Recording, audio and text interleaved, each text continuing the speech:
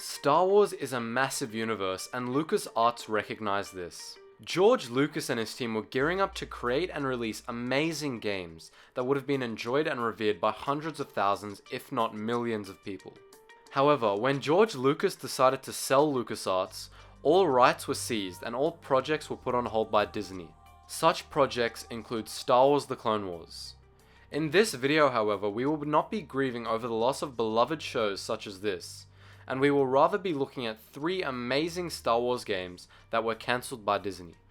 Star Wars Attack Squadron was a cancelled freemium MMO that was set to be an immersive space action combat game. Being developed by Area 52 Games, it allowed the player to customize and purchase iconic spacecraft such as the X-Wing and TIE Fighter and dogfight in space. After the rights for Star Wars was handed over to Disney, they decided to halt development.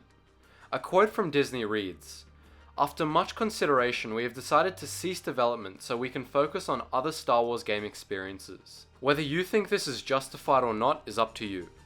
The reason I find it sad that this game was cancelled is because the potential it had. Although in beta the maximum amount of players in a lobby was 16, this could have been vastly improved upon, along with additional maps and features that would have made the game very enjoyable to play casually.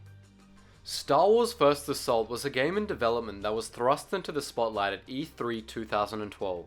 The game was gearing up to be a prequel to the 2 spectacular previous Battlefront games. Due to these 2 predecessors, Star Wars First Assault, commonly referred to as Battlefront 3, would not only have had the single player that LucasArts was famed for perfecting, but also would have had a dedicated multiplayer to work with too. In saying this, Disney declared a media blackout that included Star Wars First Assault, and one can only imagine how frustrating and saddening it would have been to see years of work disintegrated. I think this game would have made a fitting prequel for the famed Battlefront games made by LucasArts. Although I enjoy the multiplayer aspect and the graphics are downright beautiful in Disney's Star Wars Battlefront, it just doesn't share the same passion that was put into the other 2 games. As to me, it seems like the creation of Disney's Battlefront was too much in the penumbra of the business aspect rather than the player experience. This, of course, is my own experience with the game, so feel free to dispute this opinion.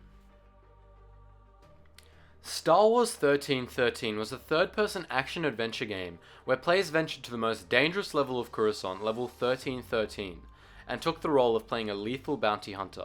The game was formally revealed in June 2012 and had thousands of people hyping the game. It was looking like it was shaping up to be yet another Star Wars classic. However, when Disney purchased the rights for Star Wars, the game had stayed in limbo until Disney decided to terminate LucasArts and fire her employees, and in the process liquidating any hope of this spectacular game releasing to the public in the near future. For myself personally, this game being cancelled is probably the hardest hitting of the 3. A combination of how far it had come in development, as well as how unique and different yet fun it would have been to play are the main reasons why. I mean, who wouldn't want to play as a bounty hunter in the crime-infested lower levels?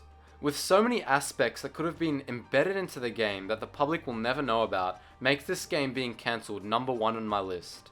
Not all hope is lost, however. In December of 2015, Kathleen Kennedy stated that Lucasfilm had been looking into the material of 1313 and stated that these projects may still be developed. So here's to hoping.